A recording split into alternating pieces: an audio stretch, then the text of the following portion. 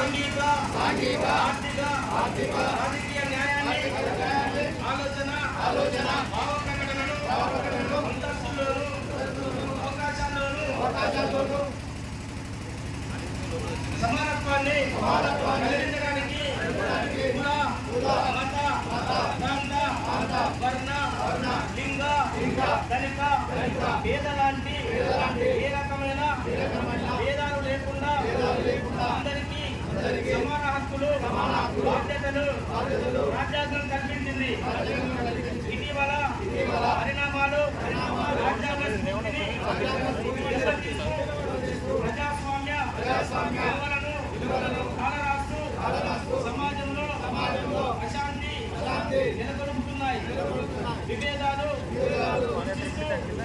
రాజకీయ మనుగడ కోసం విద్వేషాలను